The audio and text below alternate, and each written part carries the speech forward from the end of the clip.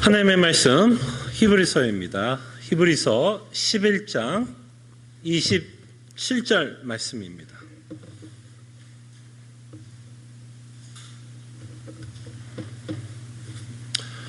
하나님의 말씀이 이러합니다. 믿음으로 애굽을 떠나 왕의 노함을 무서워하지 아니하고 곧 보이지 아니하는 자를 보는 것 같이 하여 참았으며. 아멘. 우리는 살아가면서 참 많은 사람들의 좀 눈치를 살피면서 살아갑니다. 여러분들은 누구의 눈치를 좀 살피면서 살아갑니까? 남편들은 누구의 눈치를 많이 보세요? 저와 같은 남편들이 있는지 모르지만 저는 또 이 와이프의 눈치를 참 많이 보면서 살아갑니다. 저를 보면서 또 끄덕끄덕 하신 또 장로님이 계셔서 제가 또 위로를 받네요. 우리는 살면서 참 많은 사람들의 눈치를 보면서 살아가요. 그러면서 제가 눈치를 보는 사람들을 곰곰이 생각해 봤을 때 그냥 갑자기 생각나는 것이 있더라고요. 가끔 제가 이제 운전을 하다 보면 프리웨이를 달리다 보면 눈치를 보는 사람이 있습니다. 누구의 눈치를 보게 되면 경찰의 눈치를 보고 있는 것을 보게 됩니다. 막 프리웨이를 달리다 보면 가끔가다 여기는 숄더라고 그러죠. 숄더에 경찰들이 가끔 나와가지고 이렇게 레이저건을 쏘면서 이렇게 그 속도를 측정하는 경찰들을 보게 됩니다. 그런 경찰을 딱 보는 순간 저는 순간적으로 무의식적으로 눈치를 봅니다. 그 눈치를 보면서 무슨 행동을 하냐면 그 눈치를 딱 보면서 경찰이네 하는 순간 제가 무슨 행동을 하냐면 뭘 할까요? 속도를 확인합니다. 일단 순간적으로 그게 아마 0.0000001초 안에 이루어지는 일이에요. 경찰을 보고 속도를 보고 속도가 너무 빠를 것 같으면 그때 이제 브레이크를 밟아요. 이런 모습도 어쩌면 좀 눈치를 보면서 살아가고 있는 모습이 아닐까 생각을 합니다. 그럴 때 우리가 눈치를 본다면 어떤 사람의 눈치를 더 보게 되냐면 이 사람이 나에게 엄청난 영향을 미치는 사람이라면 우리는 그 사람을 더 많은 눈치를 보면서 살아가게 됩니다. 그럴 때 우리가 가장 눈치를 보면서 살아야 될 대상이 있다면 누굴까요? 정말 우리가 누구의 눈치를 보면서 우리는 살아야 될까요? 하나님을 믿는 자라면 당연히 우리가 가장 눈치를 보면서 살아야 할 분이 있다면 하나님이십니다. 왜 우리가 하나님의 눈치를 보면서 살아야 하느냐면 이 하나님만큼 우리의 인생에 엄청난 영향을 미치시는 분이 없기 때문에 하물며 경찰을 보면서도 그렇게 눈치를 보면서 운전하는데 정말 우리가 믿고 있는 하나님은 당연히 우리 인생에 막대한 영향을 미치고 있기 때문에 우리는 정말 하나님을 믿는 자들은 하나님의 눈치를 보면서 살아야 되지 않을까라는 생각을 해봅니다. 자, 그럴 때 우리가 예수 믿기 전에 사실은 하나님보다 우리 인생에 가장 많은 영향을 미쳤던 존재가 있다라고 성경은 말합니다. 여러분 인생 가운데 예수를 믿기 전에 여러분 인생 가운데 가장 영향을 많이 미쳤던 존재를 성경에서는 이렇게 표현합니다. 죄의 권세라고 말씀합니다. 여러분 인생 가운데서 가장 영향을 많이 미쳤던 존재가 있다면 죄의 권세였고 우리는 죄의 권세의 눈치를 바라보면서 그들이 원했던 또는 내 욕심이 원했던 삶을 우리는 살아갑니다. 그래서 우리가 예수를 믿기 전에는 죄의 권세 아래 살았다라고 성경을 말씀하고 있고 그 죄의 권세 아래 살아가면서 우리는 엄청난 영향을 받고 살았다라고 성경은 말씀하십니다. 근데 우리가 예수를 믿게 되면 우리는 새로운 권세 아래 산다라고 말씀합니다. 우리는 새로운 권세 아래 살아간다고 말씀합니다. 골로새서 1장 13절에서 14절 주보를 참고해 주시면 사도는 이렇게 말합니다. 우리가 예수를 믿는다는 의미, 특별히 우리가 어떠한 정체성을 갖고 살아가는지에 대해서 사도는 이런 식으로 표현합니다. 13절입니다. 주보를 참고하시면 될 것 같고요. 그가, 예수님이죠. 그가 우리를 흑암의 권세에서, 죄의 권세에서, 흑암의 권세에서 건져내사 그의 사랑의 아들의 나라로 옮기셨으니, 그죠? 나라가 바뀌었다라고 말씀합니다. 흑암의 권세 아래서 어쩌면 흑암의 나라에 속했던 자였더라면 예수 그리스도로 말미암아 이제는 아들의 나라 또는 우리가 익숙한 하나님의 나라로 옮겨졌다. 그래서 성경은 또는 사도는 우리의 시민권이 하늘에 속했다라고 말씀합니다. 이제는 세상에 속하고 어둠의 권세에 속한 이런 시민권이 아니라 하나님의 나라의 시민권을 살아간다고 말씀합니다. 그러면서 14절에 그 일이 가능하게 된, 그죠? 우리가 나라를 바꿀 수 있었던, 우리 시티즌십이 바뀔 수 있었던 이유를 사도는 14절에 이렇게 말합니다. 그 아들 안에서 우리가 속량 곧 죄사함을 얻었도다. 그래서 우리는 속량하면 많은 경우에는 우리의 죄가 사해졌다, 우리의 죄가 다 purchase 됐다, 해결되었다라고 생각을 합니다. 분명히 속량의 의미에는 우리의 죄의 문제가 해결되었음을 말씀합니다. 근데 우리는 이 구절을 통해서 우리가 조금 더 고민해야 되는 부분이 있다면 왜 하나님이 예수님을 통해서 그 아들 안에서 우리를 속량하셨을까요? 여러분 곰곰이 생각해 보세요. 이 13절과 14절의 문맥 가운데 왜 하나님이 예수님 안에서 우리를 속량하셨을까요? 왜 우리의 죄를 사해 주셨을까요? 다만 우리를 용서하는 게 끝이 아니라는 얘기입니다. 왜 하나님이 우리의 죄를 사해 주셨어요? 우리가 어디에 속할 수 있도록 이제는 그 아들의 나라에 속할 수 있도록 이제는 그 하나님의 나라의 시민권을 가질 수 있도록 하나님께서 예수님을 통해서 우리를 속량하셨다라는 내용을 저희들이 보게 됩니다. 그래서 우리의 속량은 죄의 용서함이 끝이 아니라는 거예요. 죄의 용서함은 하나님께서 우리에게 베푸시는 은혜의 시작일 뿐입니다. 끝이 아니라 시작이에요. 그 속량하심을 통해서 이제는 우리는 하나님의 백성이라는 어마어마한 정체성을 갖고 저희들은 이 땅에 살아갑니다. 그래서 여러분들이 이제는 새로운 왕을 모시고 살아갑니다. 그 왕은 우리가 잘 아는 것처럼 예수 그리스도다라고 말씀합니다. 그래서 우리의 삶은 이제는 좀 말이 좀 그렇지만 이제는 예수님의 눈치를 살피면서 저희들은 살아야 할 것이고 그 예수 그리스도의 눈치를 살피면서 사는 자들의 모습은 결국 그리스도에게 충성하면서 그가 원하는 삶을 그죠? 백성으로서 살아가는 삶을 살아갑니다. 자, 그럴 때 우리가 예수님을 믿기 시작을 하면요, 그 하나님을 경외하면서 살기 시작합니다. 그 왕이신 하나님을 경외하면서 살아갑니다. 그래서 우리는 이 경외라는 단어를 교회 안에서 굉장히 자주 씁니다. 하나님을 경외하면서 살아야 된다라는 말을 자주 합니다.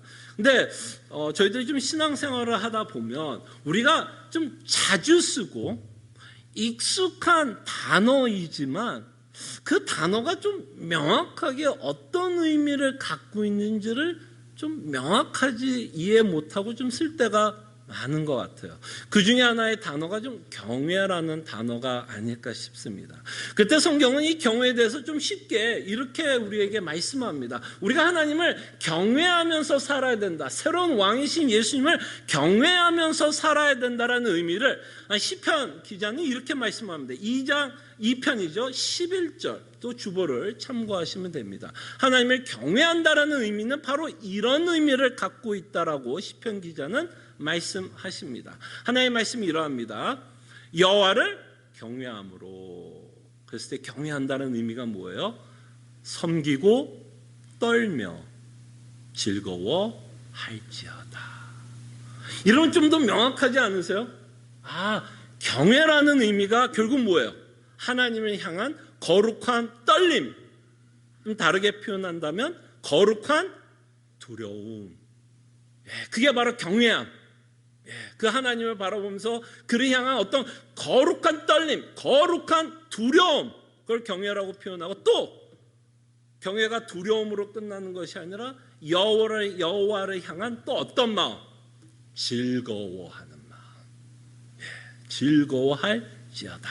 그래서 우리는 경외를 이렇게 좀 정리했으면 좋겠어요. 거룩한 두려움과 그를 향한 즐거움. 자, 그럴 때 우리는 이 왕에 대해서, 이 예수 그리스도에 대해서 경외감을 갖는다면, 그를 두려워해야 한다라고 말씀한다면, 우리는 왜 이 하나님에 대한 두려움을 갖고 살아가야 될까요, 여러분? 성경에서 하나님이 얼마나 두려운 존재인 것을 우리에게 설명하는 여러 가지 내용이 있지만, 성경은 우리에게 이런 식으로 하나님의 두려움을 설명합니다. 히브리서의 언어로 우리에게 좀 설명을 하자면, 히브리서는 하나님에 대해서 이렇게 말합니다. 하나님의 소나기에 걸리면 얼마나 무서울진저. 그 하나님이 얼마나 무서운 존재라는 것을 히브리서는 이런 식으로 10장에 기록하고 있습니다. 자, 그럴 때 그 전체적인 문맥 또는 히브리서의 전체적인 문맥에서 왜 이 하나님이 그토록 무서운 자인지를 설명하나요, 여러분? 어떤 의미에서? 그는 심판권을 갖고 계신 하나님이시기 때문에 두려워하고 무서워할 것을 말씀하십니다. 그래서 히브리서를 통해서 끊임없이 경고하고 있는 내용은 뭐예요? 하나님의 심판의 내용이었어요. 여러분들 11장을 공부하면서 노아의 사건 기억나시죠? 왜 하나님이 노아에게 방주를 지을 것을 명령했습니까? 그것은 곧 하나님의 심판이 있을 것이기 때문에 하나님은 노아의 가족을 구원하기 위해서 방주를 허락하고 있는 내용을 우리가 얼마 전에 살펴봤습니다. 정말 하나님이 얼마나 무서운 존재인 것은 정말 하나님이 심판하고 있는 이 내용을 통해서 우리는 알고 믿습니다. 그렇기 때문에 우리는 이 하나님을 두려워해야 합니다. 하나님은 심판권을 갖고 있기 때문에, 죄를 용서하지 않고 심판하실 하나님이시기 때문에 우리는 끊임없이 하나님을 두려워하면서 살아가야 합니다. 그런데 성경은 또한 하나님을 떨 것, 거룩한 두려움을 갖을 것을 말씀하지만 또한 우리에게 즐거워할 것을 요구합니다. 왜 즐거워하라고 요구하죠?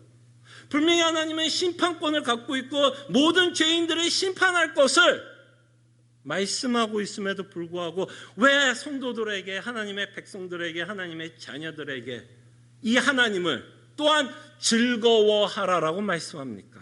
이것은 바로 좀 전에 살펴봤던 골로새서의 내용을 통해서 우리가 알 수 있지 않습니까? 우리가 주 안에서 속량함을 받았기 때문에, 주 안에서 속량함을 받았기 때문에, 그 속량함을 통해서 더 이상 흑암의 권세 아래서 살아 하나님의 심판의 대상이 아니라 이제는 사랑의 아들, 그 아들의 존재를 설명하고 있는 단어가 사랑 아니겠습니까?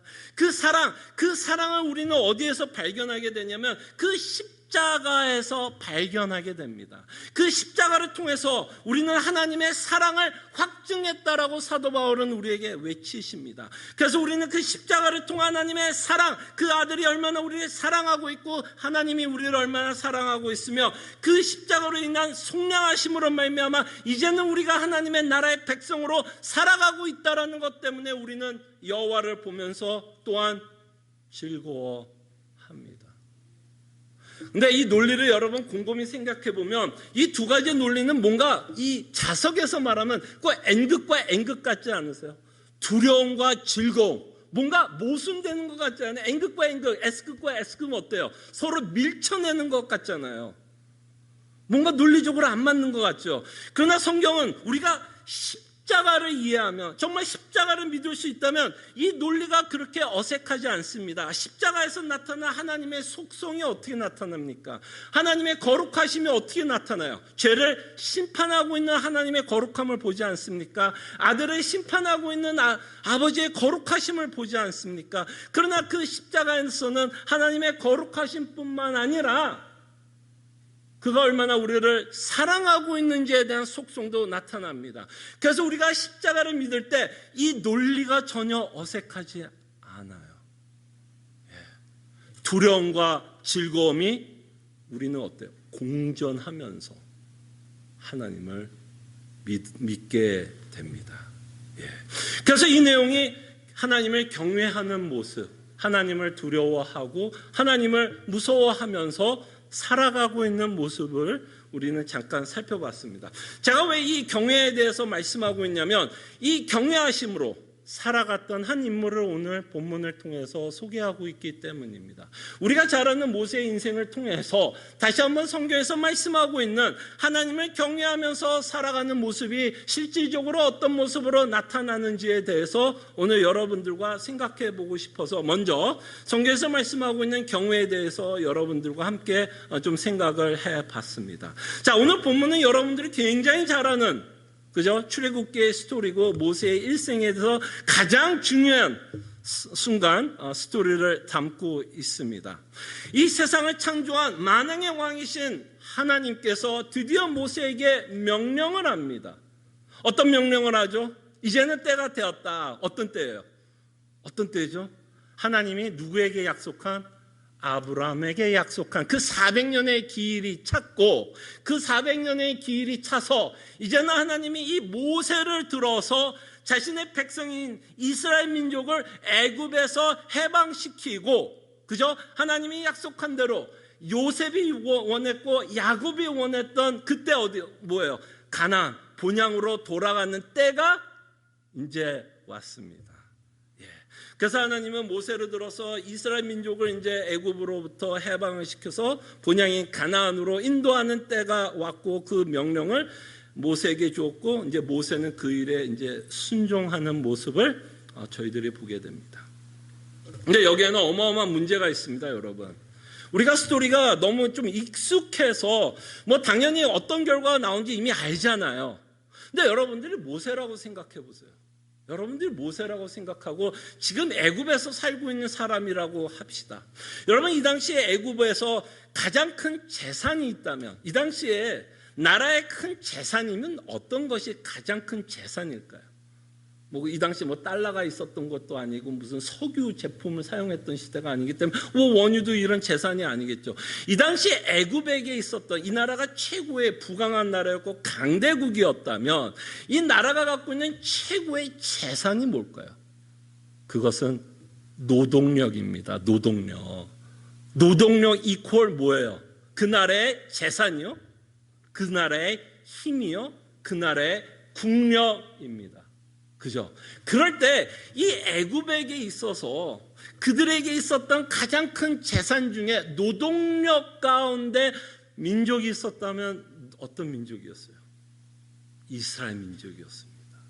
그래서 여러분들이 출애굽기 1장과 2절에 읽어보면 그들의 노동력을 보게 되고 그들이 어떤 노동을 하고 있었는지를 보고 그 일로 인해서 이 이스라엘 민족이 굉장히 힘들어하고 있고 울부짖고 있는 내용을 보게 됩니다. 자, 여러분들이 이제는 바로의 왕이라고 합시다. 모세가 와서 이스라엘 민족을 이제 나가 인도해서 이제 하나님의 약속에 있었고 끌고 저는 가나안에 가겠습니다. 라고 이야기를 한다면 바로가 그래? 네, 알겠습니다. 다 모시고 가십시오. 뭐 당신들이 없어도 우리가 뭐 다른 노동력 구해서 또 노동을 하지요. 그럴 것 같아요. 그럴 것 같아요, 여러분. 바로가 정말 순순히 정말 그 노동력을 보낼 수 있었을까요? 그래서 그 열 재앙을 통해서 바로의 마음이 왔다 갔다 하고 있는 모습을 보게 됩니다. 자, 그럴 때 여러분 모세는 아마도 알았을 거예요. 바로에게 이 이스라엘 민족을 끌고 가나안에 가겠다라고 이야기를 하면 모세에게 어떤 일이 있을 거라고 모세는 상상할 수 있을까요? 바로가 순순히 그냥 내어줄 것이다. 아니면 자칫하면 목숨도 잃어버릴 수 있겠구나. 어느 쪽에 더 가까웠을 것 같아요? 모세가 이 명령을 받는 순간. 저는 후자에 가까웠을 거라 생각을 합니다. 정말 자칫하면 내 목숨을 정말 잃어버릴 수 있겠다라는 생각을 아마 모세는 했을 것 같습니다. 근데 여기서 스토리의 가장 놀라웠던 점은 이름에도 불구하고 성경이 이렇게 합니다. 믿음으로 애굽을 떠나 왕의 노함을 무서워하지 아니하고. 분명히 모세는 상상을 했을 거고 분명히 바로가 노했을 것이고 죽을 수도 있었음에도 불구하고 그 바로에게 순종하지 않고 누구에게 순종을 해요? 하나님에게 순종하고 있다라는 것을 보게 됩니다. 그렇다고 바로에게 모세가 두렵지 않았을까요? 두렵지 않았을까요? 저는 모세가 충분히 두려워했을 거라고 생각을 합니다. 그래서 하나님께서 아론을 붙여주는 이유도 그런 이유가 있을 것 같아요. 그럼에도 불구하고 왜 성경은 모세가 이스라엘 민족을 끌고 나갈 때 무서워하지 않았다라고 표현을 할까요? 분명히 그에게는 두려움이 있었을 텐데 왜 무서워하지 않았을까요? 저는 이것이 결과적으로 히브리서가 좀 기록하고 있지 않나 생각을 합니다. 결과적으로 누구에게 순종을 했어요?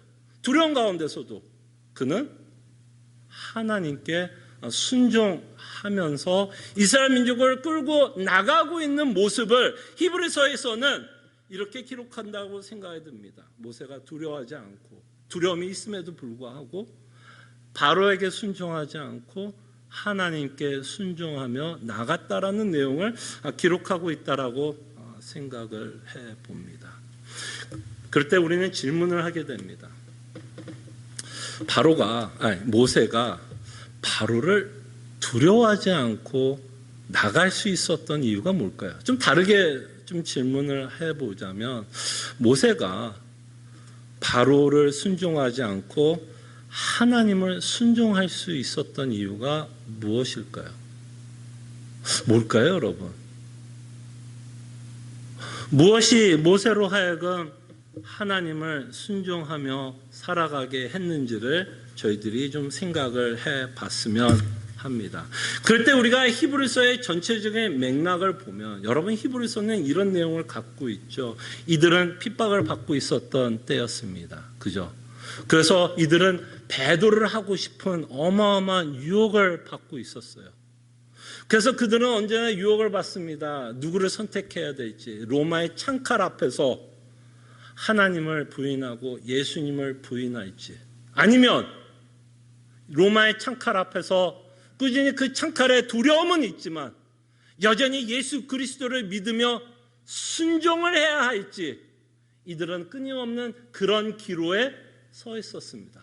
어쩌면 모세도 그런 지금 기로에 서 있는 것 같은 느낌 들지 않으세요? 그때 히브리서가 왜 히브리서의 독자들에게 하나님께 순종할 것을 말씀하나요? 왜 하나님께 순종할 것을 히브리서는 그토록 강조하나요?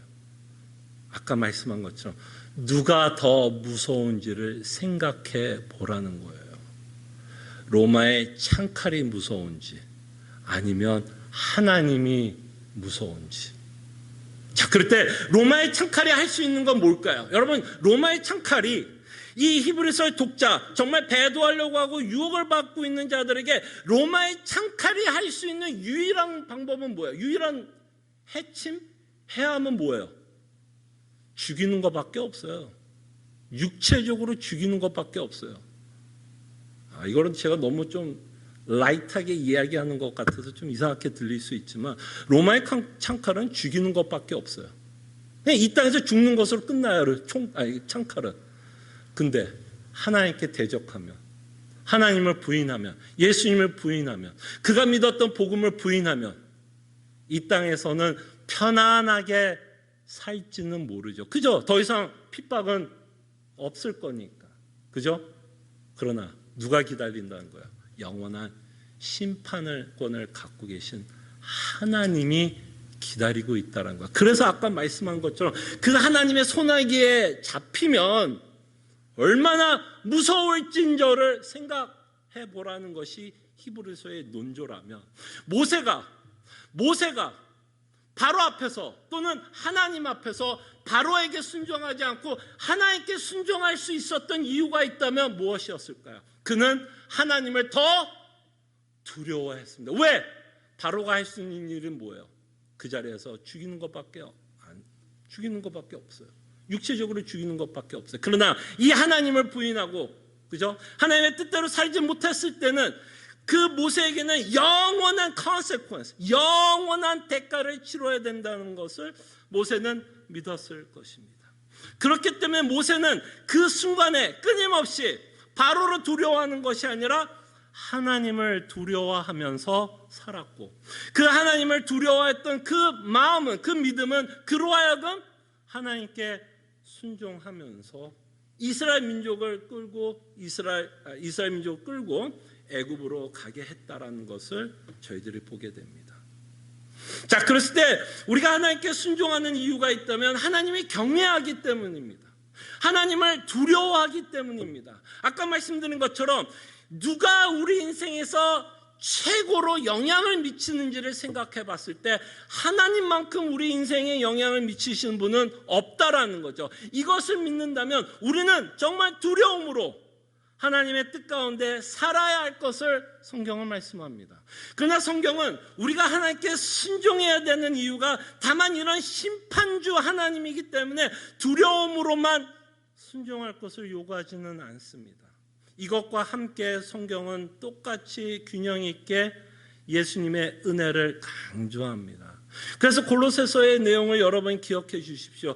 저희들이 조금 살펴봤던 그 경외한다라는 말은 그를 거룩한 마음으로 두려워하고 떨린 마음으로 살아가지만, 저희들이 골로새서를 통해서 본 것처럼 그 아들은 심판주 하나님인 건 맞지만 여전히 그 아들은 사랑의 아들이었다라고 성경은 우리에게 말씀하십니다. 우리에게 어마어마한 은혜를 베풀었고 우리에게 어마어마한 사랑을 베풀었습니다. 여러분, 이런 사랑 들어보셨습니까? 원수를 위해서 자신의 목숨을 바쳤다라고 하는 그런 뉴스를 들어본 적 있으세요? 원수를 위해서 자신의 목숨을 바친 이야기. 좋은 일을 위해서 의를 위해서 죽었다라는 이야기는 듣게 됩니다.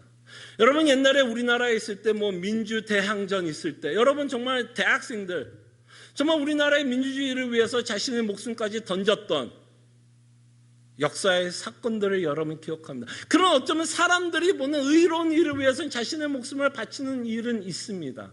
또는 어떤 엄마가 자녀를 살리기 위해서 자신이 희생하면서 자녀를 살리기 위해서 모성애가 발동해요.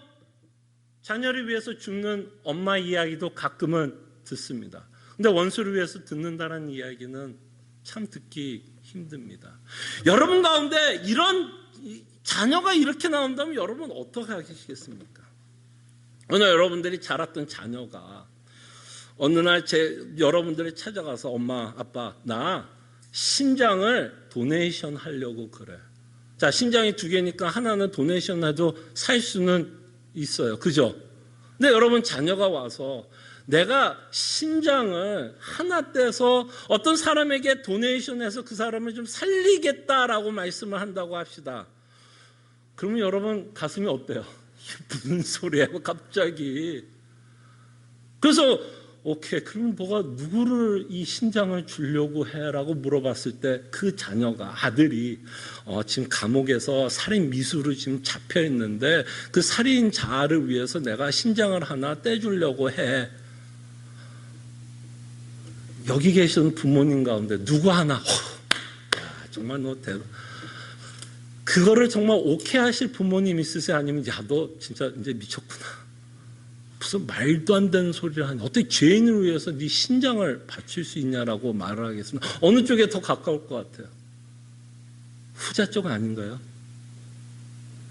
한 분은 아니래요. 전자라고 말씀을 하시는 부모가 계시는 것 같아요. 예. 근데 정말 여러분 생각해보세요. 정말 예수님이 신장을 하나 떼어준 게 아니에요. 신장을 하나 떼어준 게 아니라 자신의 목숨을 주셨어요. 누구를 위해서? 아까 시편에 나왔던 것처럼 끊임없이 자신을 대적했던 자. 여러분 말로만 여러분 대적해도 힘들지 않으세요?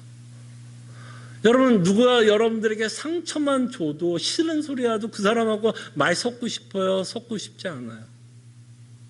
그게 우리의 마음인데 정말 인간들은 계속해서 예수님을 모함했고 모욕했습니다. 그 모함했고 모욕했던 그 예수님은 십자가에 죽으시면서 그 사랑을 어떻게 표현했죠? 저들이 하는 일을 저들이 안다 모른다 하나님. 그래서 뭐라고 기도해요? 용서해 주실 것을 기도합니다. 정말 이것이 성경에서 말하는 정말 그 아들의 사랑의 아들의 내용을 우리에게 설명합니다. 그래서 정말 제가 참 좋아하는 찬송가지만 영어로 제목이 훨씬 더 마음에 들어요. 나 같은 죄인 살리신 이 찬송가의 영어 제목이 뭔지 알죠? Amazing Grace예요. Amazing Grace. 정말 이 하나님이 우리에게 베풀어 주신 은혜는 이 세상의 어떤 단어로도 표현할 수 없다. 그저 뭐야? 그냥 amazing이에요. 그냥 amazing. 그냥 뭐 굳이 표현하자면 단어도 아니야. 그냥 와요. 와 은혜.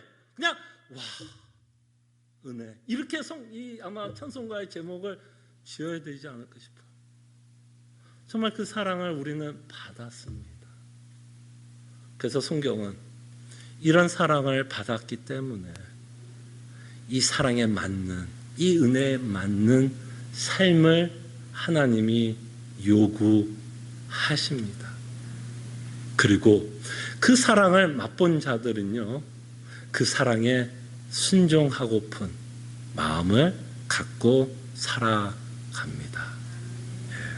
그래서 모세는 보이는 바로를 무서워하지 않고 누구를 두려워했어요? 보이지 않는 하나님을 두려워하면서 살았다고 말씀합니다. 우리도 같은 원리로 이 땅에 살아갑니다. 사도는 고린도후서 5장 7절에 이렇게 말씀합니다. 이는 우리가 믿음으로 행하고 뭐예요? 보는 것으로 하지 아니한다라고 말씀합니다. 우리가 믿음의 눈으로 보는 그것이 우리의 현실이에요.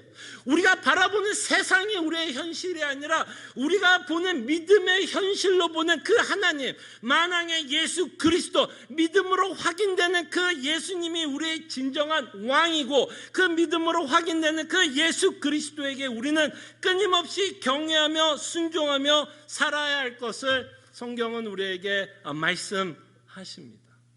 근데 여기에는 캐치가 하나 있어요. 여러분들 혹시 계약서를 쓰다 보면 여러분들 계약서를 쓰다 보면 이런 거 있죠. 혹시 그런 폰 플랜, 셀룰러 폰 같은 플랜을 할 때도 계약서를 하다 보면 그 밑에 깨알 같은 글씨 혹시 보세요? 깨알 같은 글씨, 그 깨알 같은 글씨들은 안 보는데 그 깨알 같은 글씨를 안 본 것 때문에 우리가 손해를 볼 때가 많습니다. 왜냐하면 우리가 뭔가 컴플레인 하려고 갔더니 야, 그 컨트랙 봐라, 그 깨알 같은 글씨에 그 내용이 다 적혀 있는 거예요. 그러니까 우리는 손해를 볼 수밖에 없습니다. 그 깨알 같은 글씨를 놓쳐서는 안 돼요. 그럴 때 우리가 하나님을 경외하면서 살아갈 때에 깨알 같은 글씨가 하나가 있고요.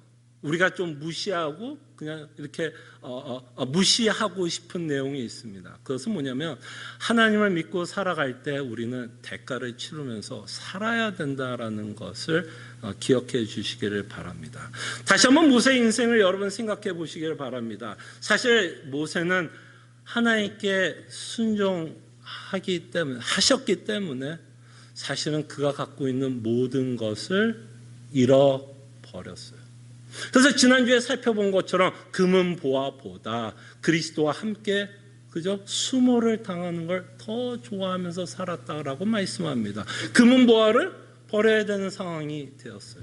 그리고 제가 참 좋아하는 사도 바울의 인생도 여러분들 생각해 보면 사도 바울은 예수 그리스도를 믿는 것 때문에 사실은 세상의 모든 것을 잃어버렸다라는 것을 저희들은 보게 됩니다.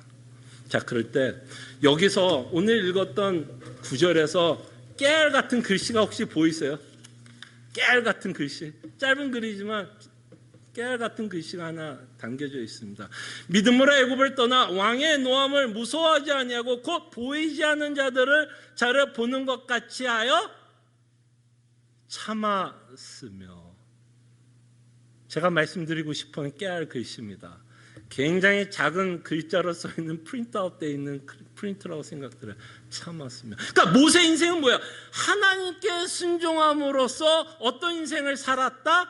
참는 인생을 살았어야 됐다라고 말씀합니다. 이 참는다라는 의미는 이런 의미도 있죠. 인내하면서 살아야 됐던 부분이 있다라는 겁니다. 그만큼 예수님을 믿고 하나님을 믿고 살아가는 인생이 사실은 그렇게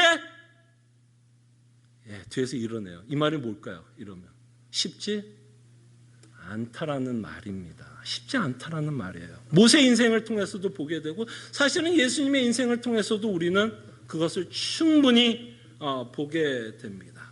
그때 여러분 이런 생각을 한번 해봤어요. 여러분 전도할 때 여러분 보통 전도할 때 우리가 무슨 얘기를 굉장히 강조하죠?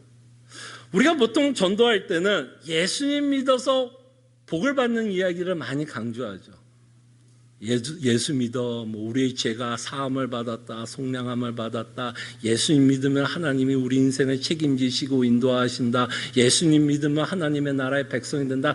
참으로 우리가 예수 그리스도를 믿음으로써 갖는 수많은 축복들을 우리는 굉장히 강조하면서 예수님을 전도하고 믿을 것을 말씀하고 복음을 전합니다.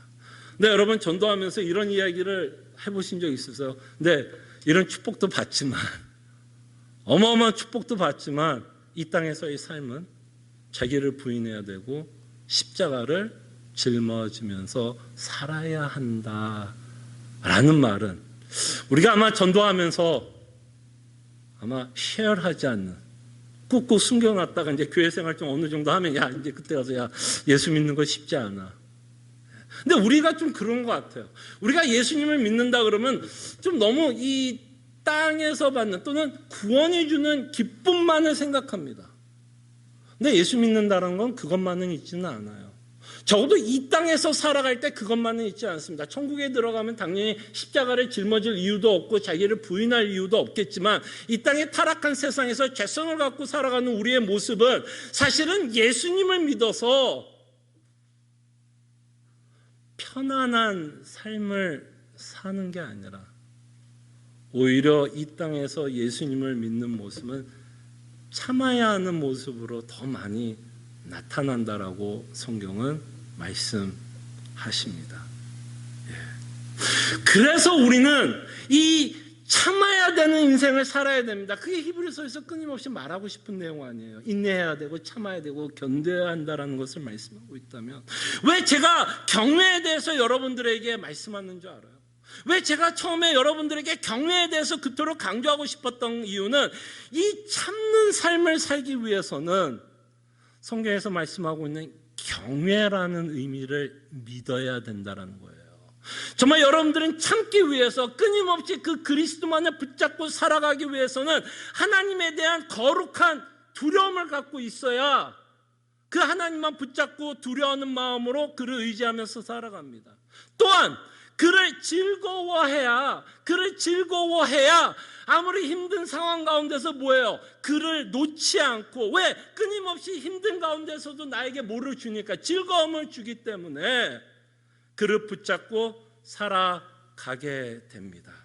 그래서 우리가 신앙생활하기 위해서 이 땅에서 신앙생활하기 위해서는 정말로 우리는 예수 그리스도를 경외할 때에 우리는 경외할 때 그에게 충성을 하고 그죠?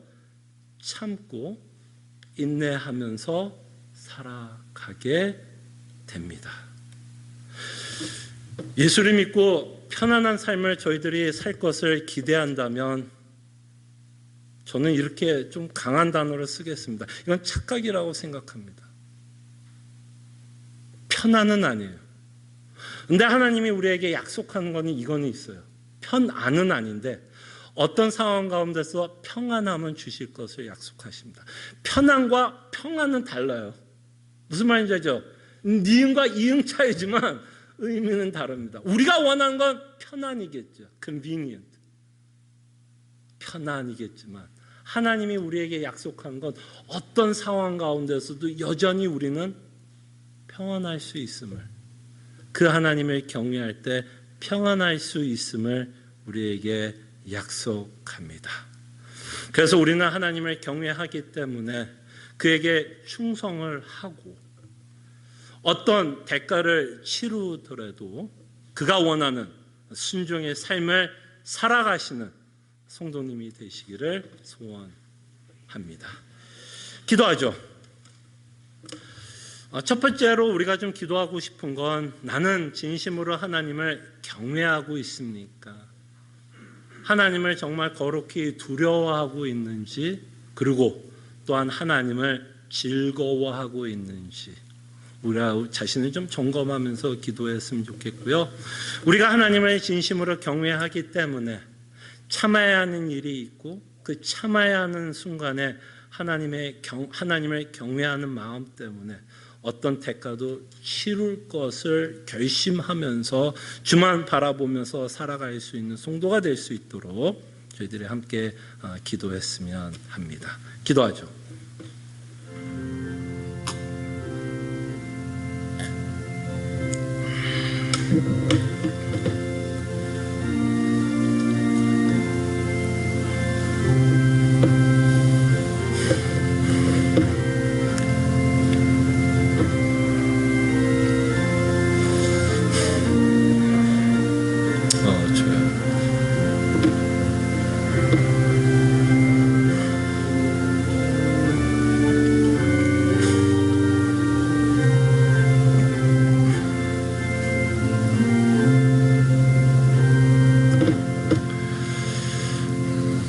저희들로 예수 그리스도를 믿게 하시며 하나님을 진심으로 경외하며 살아가는 하나님의 백성들 되게 하여 주시옵소서.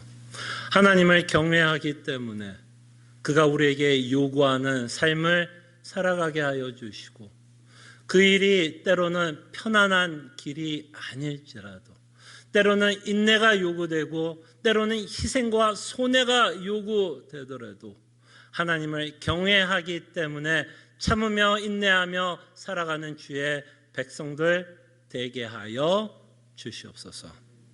감사하고 살아계신 예수 그리스도의 이름으로 기도합나이다. 아멘. 다 함께 일어나셔서 찬송가 80장 함께 찬송합니다.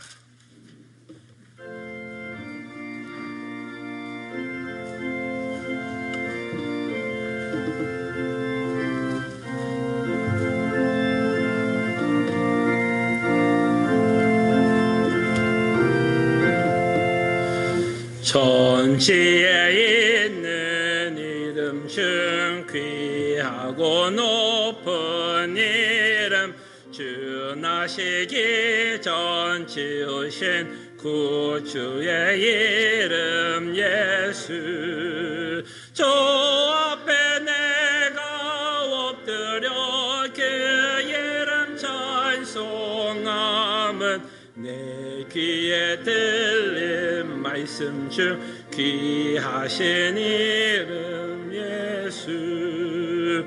주 십자가에 달릴 때 명패에 쓰인 대로 저 유대인의 왕이요 곧 우리 왕이시라. 주 앞에 내가 엎드려 그 이름 찬송함은 내 귀에 들린 말씀 중 귀하신 이름 예수. 지금도 살아 계셔서 언제나 하시는 일 나 같은 죄인 부르사 참 소망 주시도다. 저 앞에 내가 엎드려 그 이름 찬송함은 내 귀에 들릴 말씀 중 귀하신 이름 예수. 주 예수께서 영원히 어제나 오늘이나 그 이름으로 우리에게 참 복음 내리신다. 주 앞에 내가 엎드려 그 이름 찬송함은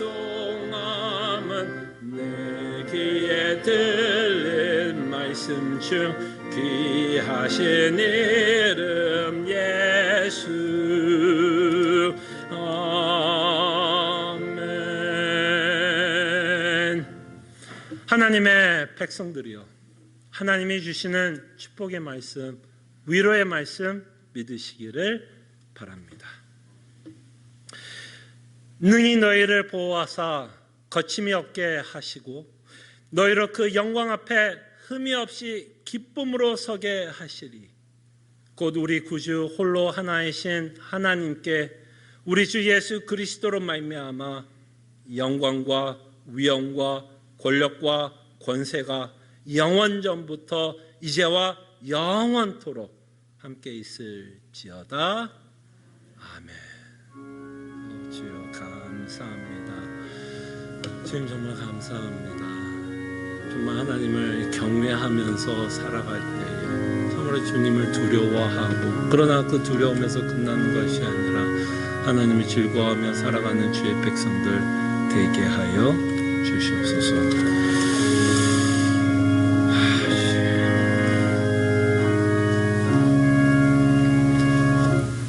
우리 또 옆에 또 뒤에 계신 분 눈으로 악수는 아직은 좀 힘든 것 같고요. 그냥 눈으로 함께 좀 인사하면서 또 함께 예배하게 되어서 너무 감사합니다.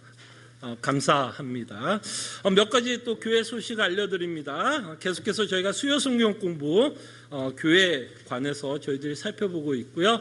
이것은 저희가 줌으로 하고 있습니다. 혹시 계속해서 이 수요 성경 공부에 참여하시기를 원하시는 분들은 저한테 좀 문자를 주시면 셋업하는데 여러분들에게 도움을 드리겠습니다. 어저께부터 저희들이 좀 새로운 포맷으로 새벽 기도회를 시작했습니다. 어저께 들어오셨던 분들은 좀 어색하지 않았을까라고 생각을 해봅니다. 좀 새로운 포맷으로 우리가 익숙하지 않는 방법으로 또 새벽 기도를 하니까 조금은 좀 어색할 수 있지만, 또 사람은 또 금세 또 적응을 잘하는 게 또 사람인 것 같아요. 비록 좀 아쉽고 그냥 줌으로만 여러분들을 또 얼굴 보게 되고 또 말씀을 전하고 좀 기도하지만, 그래도 줌으로 또 은혜의 수단을 또 담을 수 있는 또 방법이 있어서 또 감사함을 또 갖게 됩니다.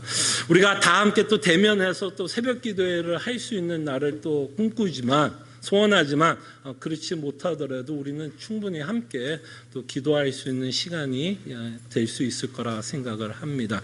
그래서 여전히 저희가 줌으로 하기 때문에요, 이 줌으로 또 새벽 기도에 또 참석하시고 싶은 분들이 있으면 저한테 좀 문자를 보내주시면 제가 또 셋업하는 데 도움을 드리겠습니다.